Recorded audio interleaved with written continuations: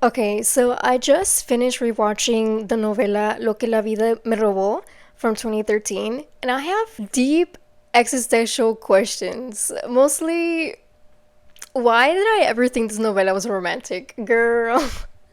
It's just now that I have rewatched this as an adult with more of a mature mindset, it just feels like a 189 episodes of a bad case of Stockholm syndrome, okay? Worse than Beauty and the Beast. Let me start off by saying I have a love hate relationship with this novela. Like, I have seen this novela so many times, and it's one of my top novelas. But granted, I haven't seen that many anyways. You know, it's kind of like a nostalgic novela for me just because I've watched it with my mom and she loves it too. So it has a special place in my heart. But it's not romantic. I don't know what they made us think it's romantic. The love-hate relationship with this novela stems from, okay, it's really entertaining. Like, there's always plot twists. It always keeps you on your toes. The characters are great, the villains are great. It's just so frustrating to watch. Like, I never wanted to shut down my laptop out of frustration. But before I begin, if you have not seen this novela, do us all a favor and click out of this video, watch the novela, and then come back to this video. But if you have seen it already, but you just need a recap of everything that happened in the novela, don't worry, I got you. I will be going in detail of the plot of the novela, then I'll be going into character analysis. So we start off in the coastal town of Agua Azul, where Monserrat lives with her wealthy but financially broke family. Her mom, Graciela Jacinti, is ambitious, manipulative, and allergic to humility. Her father, Lauro, who is very kind-hearted but clueless and dying. Because of all these pressures of their financial situation, Graciela uses her daughter Monserrat as a ticket to get out of that poverty. So she's always setting out to find a potential match for Monserrat, a wealthy man, of course. But Monserrat is in love with Jose Luis Alvarez. He's an humble, honorable cabo, I don't know how to say that in English, but he basically works in the Marines, but he's one of the low-ranking ones. But he genuinely loves her. I mean, they are seeing each other in secret just because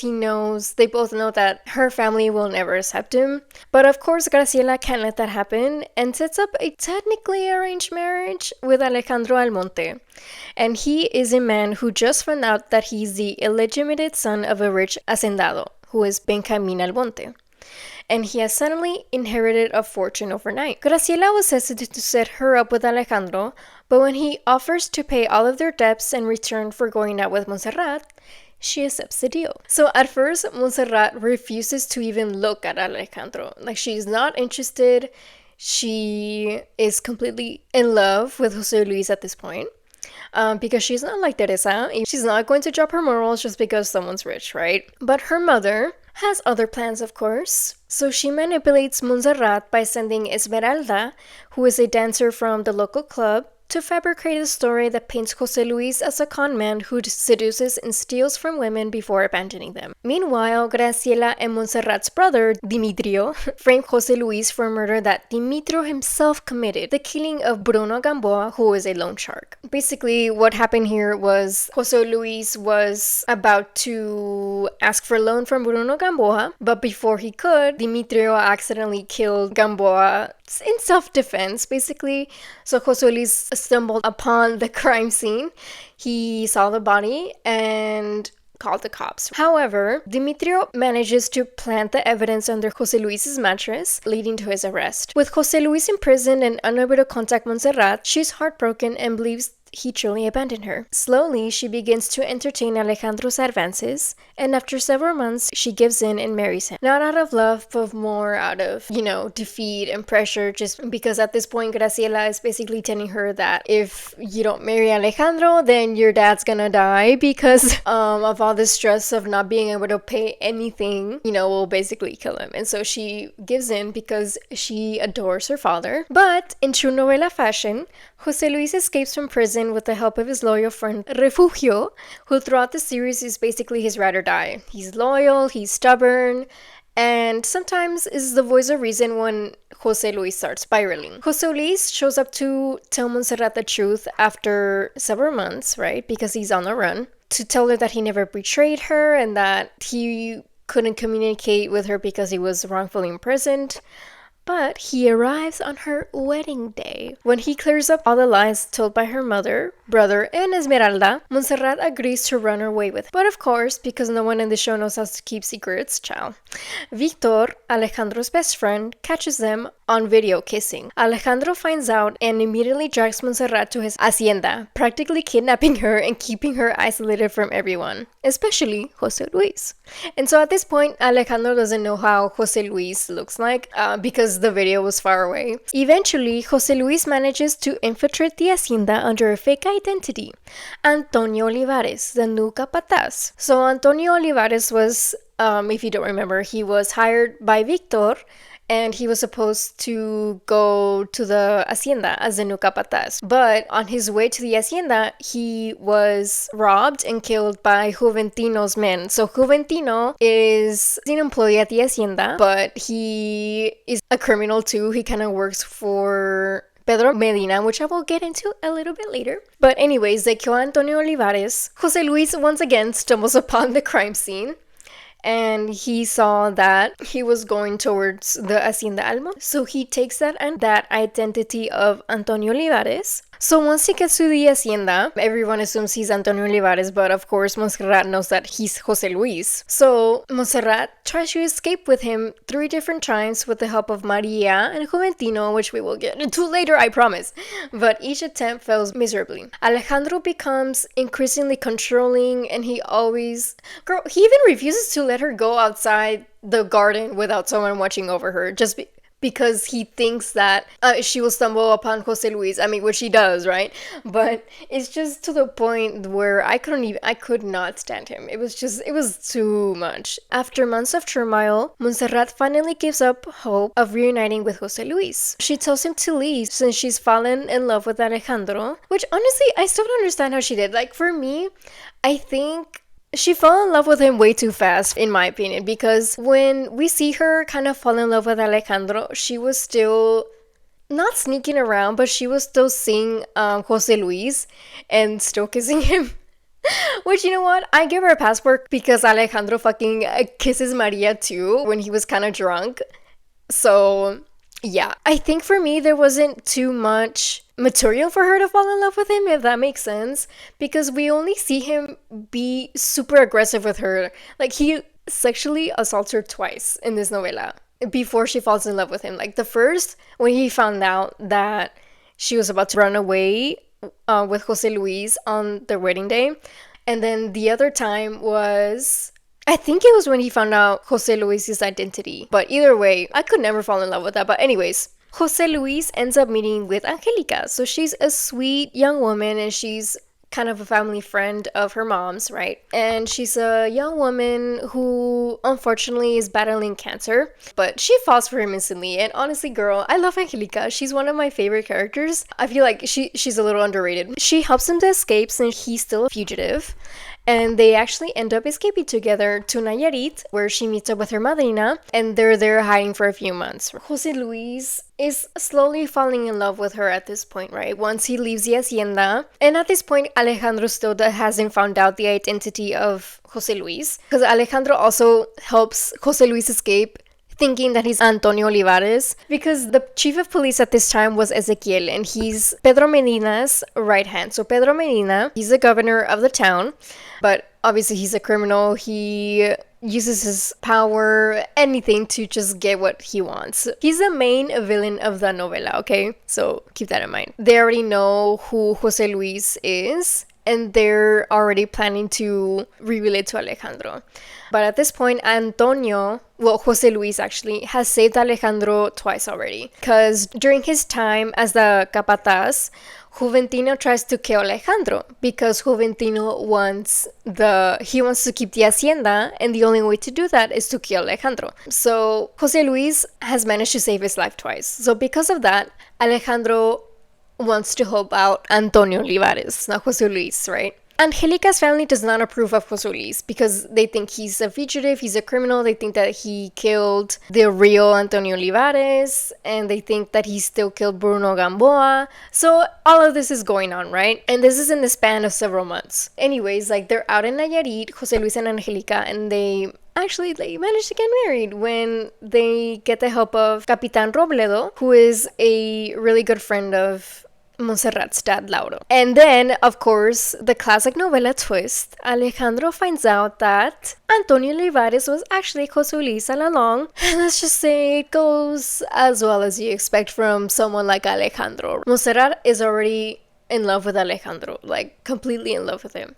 So she finds out that she's pregnant. But instead of being happy, Alejandro loses it, of course. So he kicks her out of the hacienda, and he's convinced that the baby isn't his. So he's convinced that Monserrat was an amante of Jose Luis this entire time. So, heartbroken and humiliated, she returns to Agua Azul. Meanwhile, Alejandro, in a move that made me want to throw something at the screen, he takes back Maria. Okay, so I haven't really explained what Maria's role is in this novela, but since I'm sure y'all already know who she is, so she's also kind of the villain of this novela. She is completely in love with Alejandro. She's always been in love with him since they were kids. And her sole mission in life is to separate Alejandro and Monserrat. What I mean from that he takes back Maria. So before Alejandro found out Jose Luis's identity, Maria actually touched him inappropriately while he was in the shower. Maria went into the shower, started kissing him, and Alejandro thought that it was Monserrat. Monserrat sees them. Alejandro explains what happened, and basically Monserrat was like, okay, if you don't kick her out right now, then we're not gonna talk. So he kicks her out, and she was in Agua Azul this entire time. Once Alejandro kicks Monserrat out of the hacienda, he looks for Maria, and he takes her back to the hacienda. Not only that though, he takes her back as a señora de la casa, and he was like, okay, from now on, you're my mujer, girl. Bruh.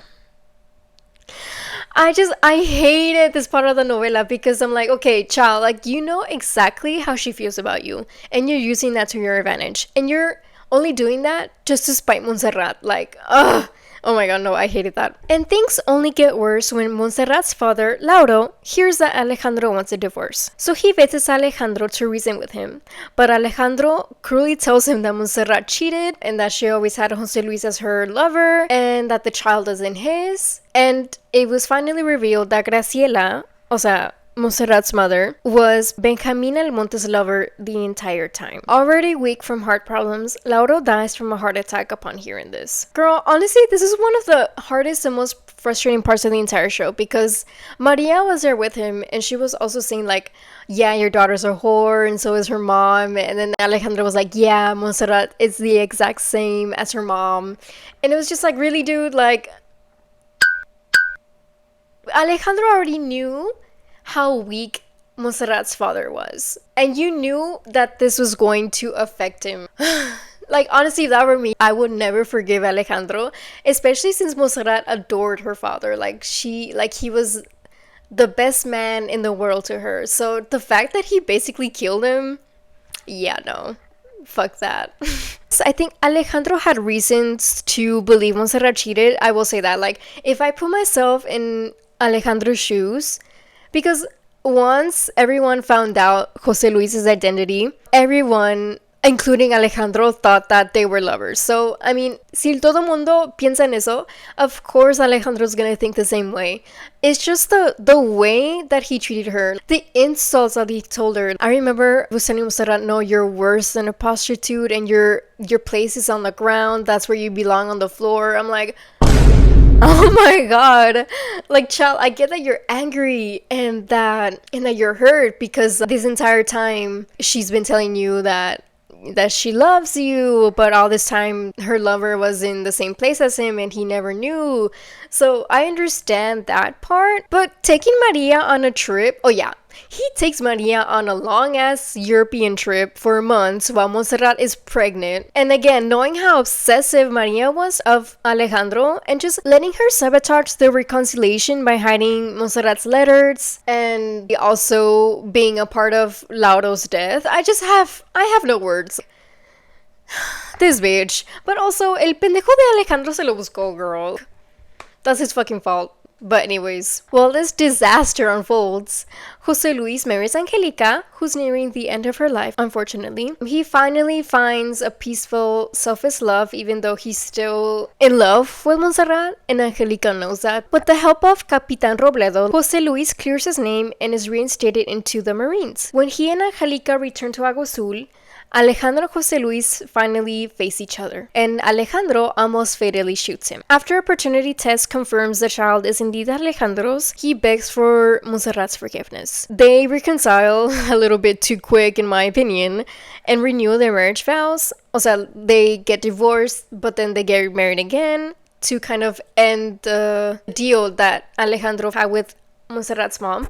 Oh, that's right. I forgot to mention, but Monserrat finds out that Alejandro basically bought her, so they get divorced to kind of end that deal, and they get remarried.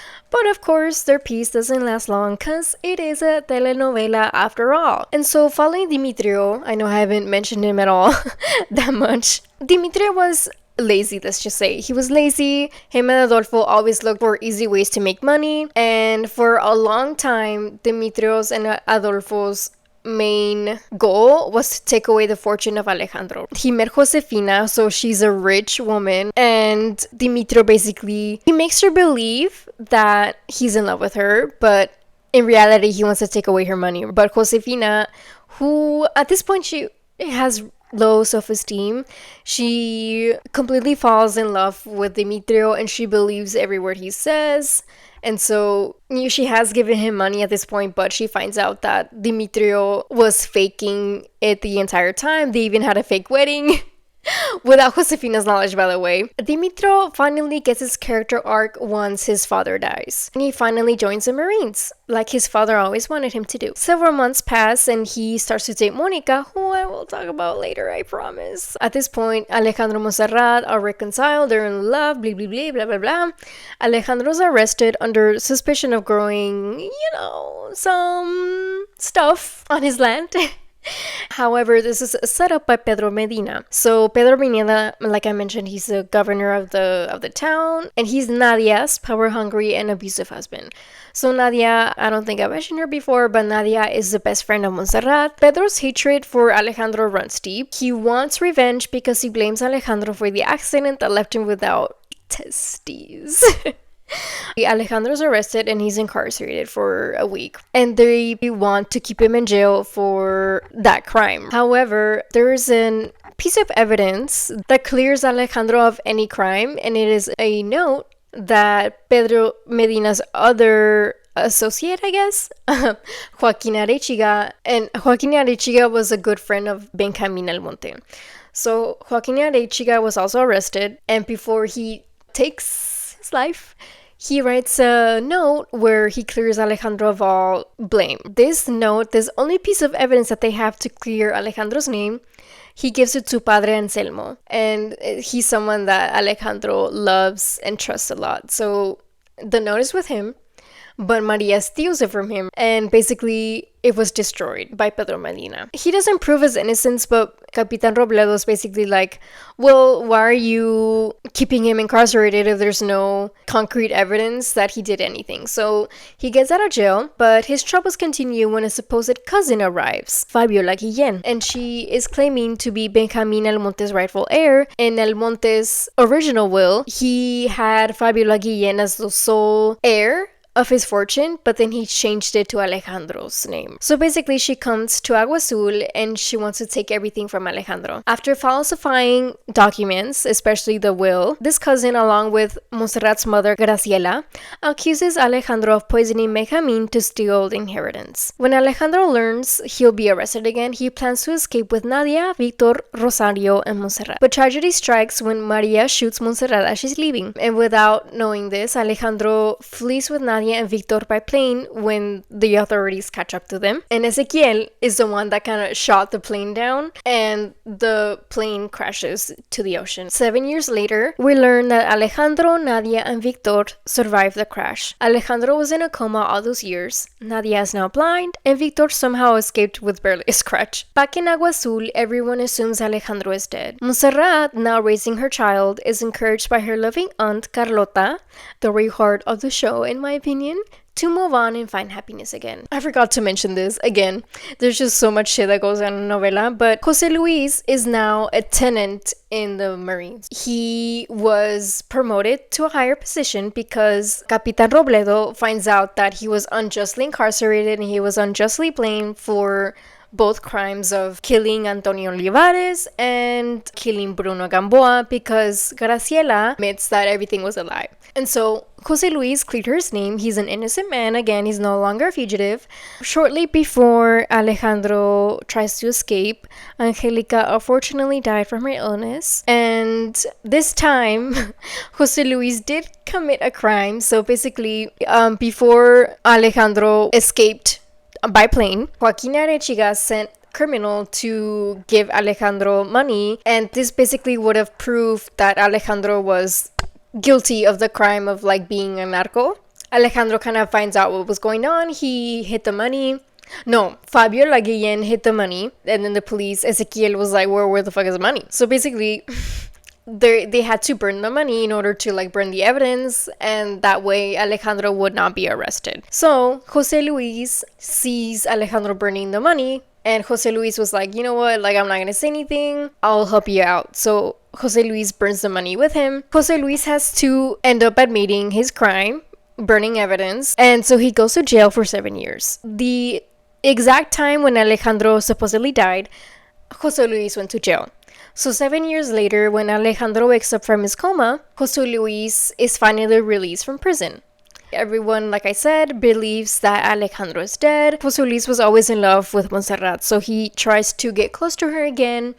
And when Alejandro manages to get back to Agua Azul, and this was because Pedro Medina finds out that Nadia and Victor and their daughter Victoria are alive, he basically kidnaps Victoria from Argentina and takes her to Agua Azul. He forces Nadia to take her with him, so they're both in Agua Azul.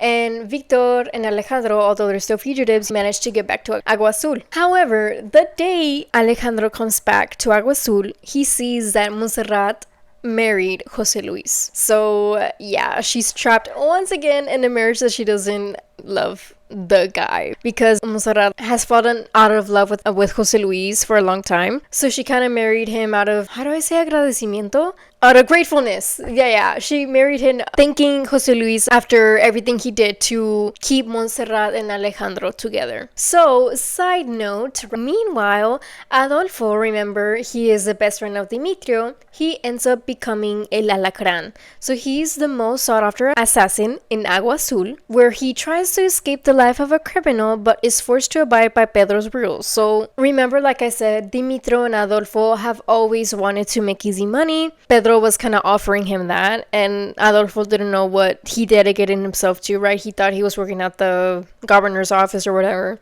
but he finds out that Pedro, his world is of crime, right? So Adolfo tries to escape that life, but Pedro is always threatening him that he's going to hurt Victor or Victoria, his niece, if he doesn't do what he says. So he is trapped in that lifestyle as well. I forgot to mention, at this point, Adolfo falls in love with Josefina, which honestly was really weird to me. I don't know, I didn't see them working out, because Josefina was actually in Argentina this whole time too, for those 7 years, because she got divorced from Dimitrio, like I said, because they were in a fake marriage, but they actually civilly married because Josefina's brother was basically threatening Demetrio to be like, well, if you don't marry my sister, then you're gonna have to go to jail for stealing her money. So when Demetrio and Josefina get married for real, Demetrio fell in love with Josefina. So Josefina was still in love with him, but Josefina got divorced from Demetrio because Demetrio was kind of screwing around with Angelica's sister, Virginia. She left Agua Azul to be in Argentina, and then that's where she found Nadia and Victor, like, for those years, right? So she returns to Agua Azul to tell Monserrat that Alejandro was alive, but at this time, like, Adolfo, falls in love with her again, and they kind of start a relationship. So again, Adolfo cannot escape the life of a criminal because Pedro is also threatening Adolfo to, hurt Josefina if he does anything. It comes at a cost when he tries to escape the life of a criminal, when he kills Dimitrio's fiance. I know I'm saying so many names. I know y'all. That's what I'm saying. If you haven't seen this novela, girl, you're gonna be so confused. But, anyways, he kills Monica because she saw his face. Alejandro wakes up from his coma. He comes back to Agua Azul only to see Monserrat is already married to Jose Luis. Here we go again. The love triangle is resurrected. Monserrat finds out that he's alive, and she secretly meets with Alejandro behind Jose Luis's back to avoid the scandal, but of course, roles are reversed. Jose Luis finds out that Alejandro is alive. Jose Luis becomes Alejandro 2.0. Like, he becomes super possessive. He's extremely jealous. He has locked her up inside the house once again, like Alejandro did to her, so she's living the same nightmare twice. And he also inappropriately touches her at some point. I'm like, girl, this poor girl. Oh my god. Twice she had to live the same shit. He has her as his prisoner, basically. And he becomes an alcoholic, and he doesn't let her be outside without anyone again. So it's kind of like a tragic full circle moment that shows how toxic love has consumed both men. Monserrat becomes pregnant again, and Alejandro demands she get an abortion. Girl, this is also like this part of the novela. And like, here's the thing, hot take. I think that Jose Luis loved Monserrat more than Alejandro. Do not give pitchforks. I know y'all are coming for me. In my opinion, like, he loved her more, because I remember in the novela Jose Luis, when he was a capataz of the hacienda, Monserrat was like, okay, well, have you ever considered that I might be carrying his child? And Jose Luis immediately was like, I don't care, I'm going to raise him as if he were my own. But now that the roles are reversed, and now Monserrat became pregnant of Jose Luis, which, I mean, she had no fault of. Like, she was already married to him, and she didn't know that Alejandro was alive anyway. And so Alejandro, he had the opposite reaction. He was just like, I will never allow you to have his kid. I'm like, bruh. Child. And she even told him that she would never do that. Like, she's not gonna do that for anyone. Do you see where I'm going at? It's just those kind of reactions, those kind of demands. At least Jose Luis always treated Monserrat's child as if he were his own. And we see it in the novela. But when it comes to, you know, Monserrat's kid with Jose Luis, he immediately did not want to support her. And I don't know, that to me shows who really loves someone or not. But thankfully, Alejandro comes to his senses when Rosario, you know, his mother, later steps in and reminds him that she could have done the same with him, because Alejandro was a product of the R word with Benjamin Almonte. Thankfully, he comes to his senses, and, you know, they reconcile. After recovering Benjamin Almonte's original will, Alejandro clears his name once and for all. Monserrat becomes his legal wife again, so Monserrat leaves the house from Jose Luis, and a little bit later in the novela, Jose Luis finally accepts that his true love was always Angelica, though he ganged up with Maria at one point to separate Monserrat and Alejandro. But because this is Lo que la vida me robó, the peace doesn't last long. Pedro Medina, now a fugitive, because there's evidence now planted against him, he kidnaps the children of Monserrat and Alejandro, as well as Nadia and Victor's daughter, in order to manipulate them into doing what he wants. In this rescue mission led by Dimitrio, who again has redeemed himself, Jose Luis unfortunately sacrifices himself to save the kids. And finally, the novella closes with Pedro's capture and the long-awaited peace for everyone left standing. Monserrat and Alejandro, after years of jealousy, separation, and trauma, finally have the family and serenity they fought so hard for. And Graciela ends up a lonely, poor woman after she tried to take her life, because everyone found out that she has been lying to her children this entire time. She lied about having cancer to gain like sympathy from her children and love from her children, and she shoots Victor because Victor saw Graciela stand up to open the door for Pedro Medina for him to take Victoria, Victor's daughter. She was telling everyone that she couldn't stand up from the illness. So everyone found out that she was the one who shot Victor and she was the one who opened the door for Pedro Menida. In her last ditch effort, she tries to take her life. Everyone thinks that she's dead. Dimitrio and Josefina end up together after Dimitrio finds out that Adolfo was El Alacrán this whole time. And as a reminder, Adolfo killed Monica and Monica was the love of his life. But anyways, they end up together after he kills Adolfo, I guess. And Jose Luis is reunited with the love of his life in the afterlife. So that was the main plot of the novela. Okay, so I know I missed some stuff, but girl, if I explained every single little detail, if I explained every single character, we would be here for 3 hours and no one wants that, okay? I think this video will be long enough as it is already. I will now go into like character analysis, how I feel about the characters, the main ones, not every single character like I said, but just the ones that are relevant to the plot. We're gonna start off with Monserrat. So I love Monserrat, but she was incredibly naive. When I first saw this novela, I was a teenager, and I always thought that she behaved so badly with Alejandro, and I was like, oh, when is she gonna get over Jose Luis? Like, when is she gonna finally fall in love with Alejandro? I just found out that Monserrat is 19 in this novela. Girl, like, I can't be too harsh on her then, because if I were 19, I would act the same way too. Like, imagine you were in love with someone else, but then you were forced to marry a guy to get your family out of poverty and to save your dad, basically. And then he turns out to be this possessive, toxic hoe. You know what I mean? Like, I'd be trying to escape 3 times too, girl. Like, in my opinion, she's the real victim of the entire story. Her life is shaped by constant manipulation, especially from her mother, and she never truly has control over her own relationships. While I do love her as a character, I think it's frustrating that her entire identity revolves around marriage and motherhood.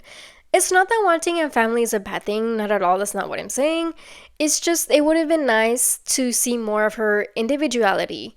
Like the brief moment where she helps Padre Anselmo with the indigenous community, like she wanted to build a school for them, a hospital. She was really passionate about that. But we don't really see that. Like, we were only shown a small clip of her interacting with that community, and I just wish we could have seen more of that side of her. That kind of glimpse showed her potential beyond being defined by the men of her life. And her relationship with Alejandro also developed way too fast for me, in my opinion. It's hard for me to believe that she fell in love so quickly after literally trying to escape him 3 times.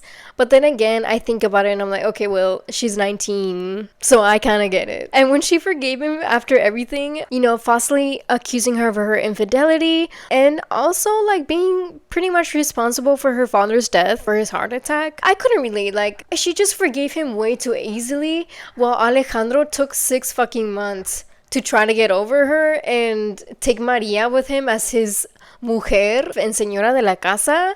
And I'm just like, girl, couldn't be me. I hold grudges, bitch. Like, I will never forgive or forget that. Another thing that disappointed me was her lack of empathy for Nadia when she considered an abortion. So again, Nadia was Monserrat's best friend, and she's in the abusive relationship with Pedro Medina. She considered the abortion because the deal she had with Pedro Medina was that she could see Victor, her lover, but since Pedro Medina couldn't give her a kid, she was basically like, okay, well, once you get pregnant, like, dump that hoe and I will raise that daughter as my own. And she didn't want that, so she was considering abortion. Monserrat went with her to the appointment and she basically talked her out of it. And even though Nadia later regrets it, I just think that Monserrat didn't really truly understand her friend's fear of the monster raising her daughter. I mean, yeah, like cada quien, but it's just like, girl, I know you don't believe in that, and I know you don't agree with that, but still, wouldn't you consider the same if you were in her shoes? Oh, and she also said that she'll gladly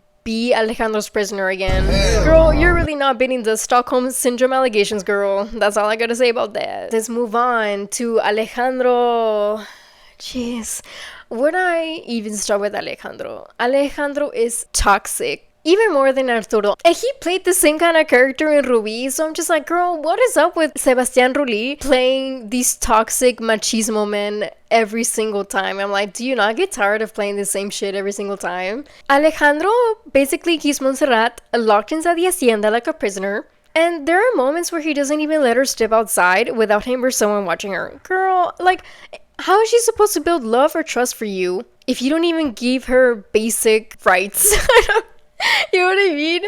What's worse is that for a good portion of the novela, he trusts Maria more than Monserrat, even when Maria constantly shows her true manipulative nature and terrorizes Monse every time she gets. But okay, to be fair, if I put myself in Alejandro's shoes, I can sort of, understand some of his reactions. Like finding out that Monserrat almost ran away on their wedding day, because at this point, Alejandro didn't know that she was in love with Jose Luis. Like, he never knew she was in love with someone else until their wedding day. And again, she didn't reveal that to him because she thought Jose Luis abandoned her, right? So she didn't say anything. But his anger issues and jealousy take things to a whole other level of toxicity. Like, he just crosses so many lines, verbally abusing Monserrat, reinstating Maria as his señora de la casa, again going on a long trip with her to just get back on Monserrat. And he even kissed Maria at some point, girl, and he never got consequences for that. And then he said some of the most degrading things imaginable. Like, sir, no wonder Monserrat was terrified of you. She wasn't scared because she was guilty. She was scared because his rage just made him unpredictable and cruel. And to me, the moment you fear how your spouse will react to certain things, to me, that's a big red flag. And like, I understand they didn't trust each other until later in the novela, but still, the fact that she was afraid how he would react and he reacted in the way that she was afraid of. And while the marriage started as a lie, Alejandro was no saint. Again, he kissed Maria, used her obsession to his advantage, and even assaulted Monserrat twice. Actions that make his redemption arc feel a little bit shaky, to say the least. But still, I'll admit his character does improve later in the story, and once he learns the child is his, he finally starts to reflect, and he trusts Monserrat a lot more and lets go of some of his jealousy. Honestly, like, it was really refreshing how his character was after some time, just because he was my main frustration about everything. Alejandro embodies the "if I can't have you, no one will" mentality, but the only thing that makes me feel even slightly sorry for him is that he was manipulated by Graciela and Dimitrio, and he genuinely believed that Monserrat didn't love anyone else, and admitted that if he'd known about Jose Luis, he never would have pursued her. So that was his only saving grace. Let's move on to Jose Luis. So Jose Luis is, without a doubt, one of the biggest victims of Lo que la vida me robó alongside Monserrat. While it's true that he was a bit cowardly for never openly confessing his love for Monserrat to her father, I honestly understand why he didn't. If I were in his shoes, I'd be terrified too, especially knowing how controlling and manipulative Graciela was, and how much she disapproved of him from the start. And while a lot of viewers, including my mom, got frustrated with him for not letting go of Monserrat, I completely understood why he didn't. Like, wouldn't you fight for the woman that you love? Especially knowing that she was basically forced to marry. But throughout the novela, I couldn't help but feel bad for him. He's wrongly imprisoned. He risks everything to get back to Monserrat, only to be turned away. Watches hopelessly as she starts falling out of love with him. Gets blamed for a captain's death that he didn't cause, and even spends years in jail to help Alejandro. When he finally starts to find peace and love again with Angelica, she unfortunately passes away. And later, when he marries Monserrat, it only lasts a few weeks. It's a tragedy after tragedy with this man. However, Jose Luis's character takes a dark turn toward the end. He slowly becomes what he once hated, acting like Alejandro in the beginning of the story. He becomes controlling, he locks Monserrat inside the house out of jealousy, and even assaults her. Something that completely destroyed my sympathy for him. He turns into an alcoholic, abuses his power as chief of police, and marries Monserrat knowing deep down that Alejandro might still be alive, trapping her in a relationship she never would have chosen otherwise. Still, despite his downfall, I'll always believe that Jose Luis loved Monserrat in a purer way than Alejandro did, at least until Alejandro's disappearance. His love, while obsessive of times, wasn't built on control or humiliation, at least not in the beginning. Luis's love was instinctively selfless, while Alejandro's had to be learned. Jose Luis also saved Alejandro's life multiple times just so Monserrat could be happy with him, whereas Alejandro only returned the favor out of debt. By the very end, when Jose Luis finally lets go of Monserrat and stops trying to win her back, it's bittersweet but satisfying. I always preferred him with Angelica, and that final bit of growth showed the man he could have been all along, if only the writers had let him heal instead of repeating Alejandro's same toxic style. Now moving on to Maria. So So Maria is one of those characters that you love to hate, and honestly, as much as I can't stand her, I have to admit she makes a fantastic villain. She's the ultimate pick-me girl who never gets the hint that Alejandro never loved her and never will. Her obsessive hatred towards Monserrat feels completely unprovoked, and honestly, like, after a while, it just gets really exhausting just to see her try to separate Monserrat and Alejandro again and again. Some people say she deserved a better ending, but honestly, I completely disagree with those people. I have zero sympathy for her. Girl, I think like her ending where she tries to poison Alejandro so they can be together forever and ends up poisoning herself, I felt like that was perfectly fitting for her. I actually felt relieved when she died. It was like, finally girl, we can all breathe. And while I do acknowledge that she didn't deserve the horrible things that happened to her, like being assaulted by Ezequiel or being forced into prostitution, that doesn't erase everything else she did. Like, she tried to kidnap a baby and possibly kill it. She tried to kill Monserrat twice, and she sexually assaulted Alejandro while he was unconscious. If that doesn't make you have zero sympathy for her, I don't know what will, okay? Her entire existence revolved Alejandro. She had no real personality or motivation outside of that obsession, and I get that she was meant to be the villain, but after a certain point, it stopped being interesting and just became repetitive. She could have been a more complex, layered antagonist, but instead she stayed stuck in that one note, crazy woman in love trope until the bitter end. So now I'm going to talk about Dimitrio, Adolfo, and Josefina. So when it comes to Dimitrio and Adolfo, I honestly struggle to find much to say about them in the first half of the novela, because for the longest time they're basically the same person. Two immature guys constantly looking for an easy way to make money, and in the beginning they're straight up annoying.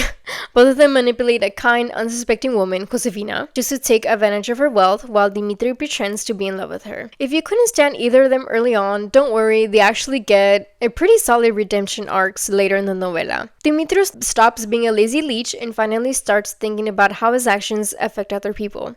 While Adolfo, who eventually becomes El Alacrán, surprisingly becomes more tolerable once he genuinely falls for Josefina. I did get annoyed though when he kept helping Maria. Like, child, I get that he felt guilty for almost killing her, but at some point he should have realized that she was just dragging him down. Still, his character growth is one of the more interesting parts of the second half of the novela. Josefina, on the other hand, is a character I have mixed feelings about.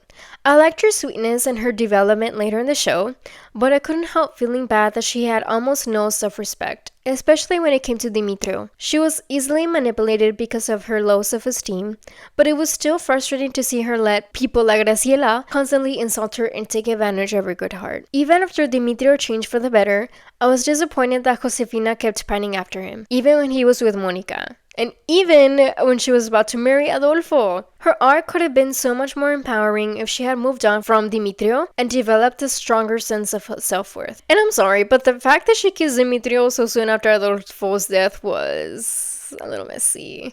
As for Monica, I couldn't get into her character at all. Like, she felt really unnecessary, and I honestly skipped most of her scenes with Dimitro. I just couldn't. It was just no. I will now move on to Nadia. Nadia is in many ways very similar to Monserrat. Both of their lives revolve around love and marriage. Again, that's not necessarily a bad thing, but like Monse, Nadia doesn't really have ambitions outside of her relationships. We rarely see her talk about anything else, which makes her feel a little one-dimensional at times. Still, despite not being the most nuanced character, she's easily one of the ones who endures the most tragedy throughout the novela. She's trapped in an extremely abusive marriage that she can't escape from, goes blind after trying to run away with Victor, has her daughter taken away from her multiple times. She never truly finds peace until Pedro is finally incarcerated. While I genuinely liked Nadia and rooted for her happiness, I didn't love the way she treated Esmeralda in the beginning. She often looked down on her and insulted her for what she did for a living, which made her come off as very judgmental and classist. I will now move on to Esmeralda. So I really liked Esmeralda's character, but I was disappointed that the writers didn't do more with her. One of the most frustrating things was watching her give in to Refugio's demands to leave her job as a dancer at the club. She ended up changing herself completely just to please him. To me, she represents what happens when a woman sacrifices what she loves in in order to make a relationship work, only to lose herself in the process. I wish she had the strength and self-worth to stay true to who she was from the beginning, especially when she told Refugio she wouldn't change for anyone because dancing made her happy. That moment had the potential to be such a powerful message for young girls about self-respect and staying authentic in relationships. But unfortunately, the writers chose the opposite route. She knew Refugio would never fully accept her for who she was, and yet she still tried to make it work, which makes her story more tragic than empowering. And now I'll be going into Refugio. So Refugio was yet another toxic character. Maybe not as bad as Alejandro, but still pretty terrible to Esmeralda. While he was endlessly loyal to Jose Luis, that same loyalty never seemed to extend to his own wife. I really disliked the man he became, constantly trying to change Esmeralda and even going so far as to get her fired from a job that she loved, simply because he didn't approve of it. He had this super machista mindset, always talking about how he wanted to save her from that life, even though she made it clear that she didn't want or need saving. She just wanted to be accepted for who she was. His worst offense, though, was showing interest in Monica while Esmeralda was pregnant. Like, what the fuck, bitch? That alone should have been the final straw. Instead of supporting Esmeralda during one of the most vulnerable moments in her life, he emotionally abandoned her, obsessed with playing the hero and losing her in the process. Their separation was entirely on him. It's honestly tragic that it wasn't until the very end, his death, that he finally began to accept Esmeralda for who she really was. And speaking of Monica, she was the worst girl. Not only was she rude to Esmeralda while she was pregnant, she made comments that she was like, "Oh, are you sure you're not about to pop soon?" And Esmeralda was like, "No, I still have a few months left." She was like, "Oh, are you sure it's not twins?" I fucking can't. I could not stand her. And here's the thing, she also went after Refugio on purpose as revenge when Demetrio cheated on her with Josefina, fully knowing Esmeralda was expecting and that Refugio was married. Absolute mess, girl. Throw the whole fucking man away. I will be moving now on to Graciela. Okay, say what you want about Graciela, but I loved her character. She made for an absolutely amazing villain. She was hilarious, especially with the... Te hace falta Jesús. Perdóname, pero te hace falta Jesús a ti. Perdónate. Perdónate tú. She's easily one of the smartest characters in the novela, right after Pedro Medina. Her ambition and ruthlessness were unmatched. She used her status in relationships to manipulate everyone around her without a second thought, especially Monserrat, who she constantly used as a ticket out of poverty. Alongside Maria and Pedro, Graciela is responsible for most of the chaos on the show. She literally sold her daughter twice and claimed to love Demetrio more, though she wasn't exactly winning any Mother of the Year awards with him either. Her character is a powerful example of how not everyone is meant to be a mother. Her choices repeatedly damaged Monserrat's life, all in the name of self-preservation and greed. And in one final twist of cruelty, she even stole money from Fabiola, her actual daughter, who she believed had died after giving birth to her in secret with Benjamin Almonte. I will now move on to Carlota. So Carlota was honestly, she was a great character. I really liked her, even if she was really annoying at times, and, you know, chismosa and metiche. But you know what? Bitch, me too! The fuck? Despite the occasional nosiness, she genuinely cared, and in many ways, she stepped up as more of a mother to Monserrat and Demetrio than their own actual mother ever did, which made her the main source of comfort and stability for Monse. Plus, let's not forget how she clocked Maria and Graciela more than once, and every single time she was deeply satisfying to witness. No more notes, she's a great character. Now I'll move on to Padre Anselmo. I generally like Padre Anselmo's character. He was kind and well-intentioned, but I can't lie, he was kind of annoying at times. What really bothered me was how obviously biased he was in favor of Alejandro, especially during the early months of Alejandro Monserrat's marriage. Even when Monserrat confided in him about how jealous, angry, and even violent Alejandro was becoming, to the point of wanting to kill Jose Luis if he ever found out who he really was, Padre Anselmo kept brushing it off, saying he didn't want to believe Alejandro was capable of such behavior. The blind loyalty was frustrating, but still I did appreciate how he defended Monserrat when Alejandro eventually discovered that Jose Luis was a capataz. At that point, Anselmo actually tried to make Alejandro see how wrong he was. I get that. As a priest, he's supposed to see the good in everyone. But I thought it was honestly just dumb that he still trusted Maria even after she literally tried to kidnap the baby. Like, Come on, girl. Child, it was a little too much at some point. Okay, lastly, I'll be going over Rosario. So, I have mixed feelings about Rosario. On one hand, she's undeniably kind, compassionate, and deeply loving, especially towards Alejandro and Monserrat. And you can tell her attentions almost always come from a good place. She offers emotional support, acts as a mother figure, and truly wants what's best for the people she cares about. But on the other hand, she has a habit of getting involved in situations that really aren't her business, often inserting herself into conflicts where her presence only complicates things further. While her involvement sometimes helps bring clarity or comfort, other times it feels like she's overstepping, especially when boundaries are clearly needed. Still, it's hard not to appreciate the warmth and loyalty she brings to the story, even if her good intentions occasionally lead her down the wrong path. I will say, like, her story is pretty heartbreaking. She spent a good amount of time living as a servant in her own son's house, unable to reveal her identity because she was afraid that Alejandro would be embarrassed by her because, you know, he married such a fine woman and she just didn't want to embarrass him.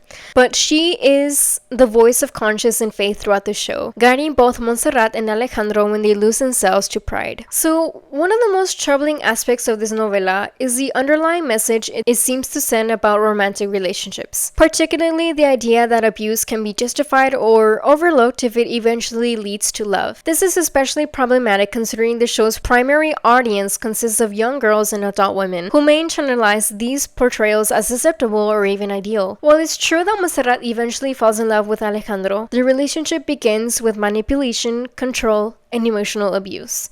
Alejandro often exerts power over her, both emotionally and physically, making decisions for her and disregarding her autonomy. This raises serious concerns about whether Monserrat's eventual affection is genuine love or a classic case of Stockholm Syndrome, where a victim forms a psychological bond with their captor or abuser. The novella risks romanticizing coercion and control, blurring the line between passion and abuse, and potentially desensitizing viewers to toxic relationship dynamics by packaging them as tragic love stories. This kind of narrative can be not only misleading but also dangerous, as it normalizes harmful behaviors under the guise of romance and redemption. Those were my thoughts, those were my analysis and big recap of the novela. But leave on the comments down below, what did you think about Lo que la vida de Robó? Were you team Jose Luis, team Alejandro? Did you feel the same opinions that I did about Monserrat's feeling towards Alejandro? Were you frustrated with her as well in the beginning? If there is another novela that you guys want me to review,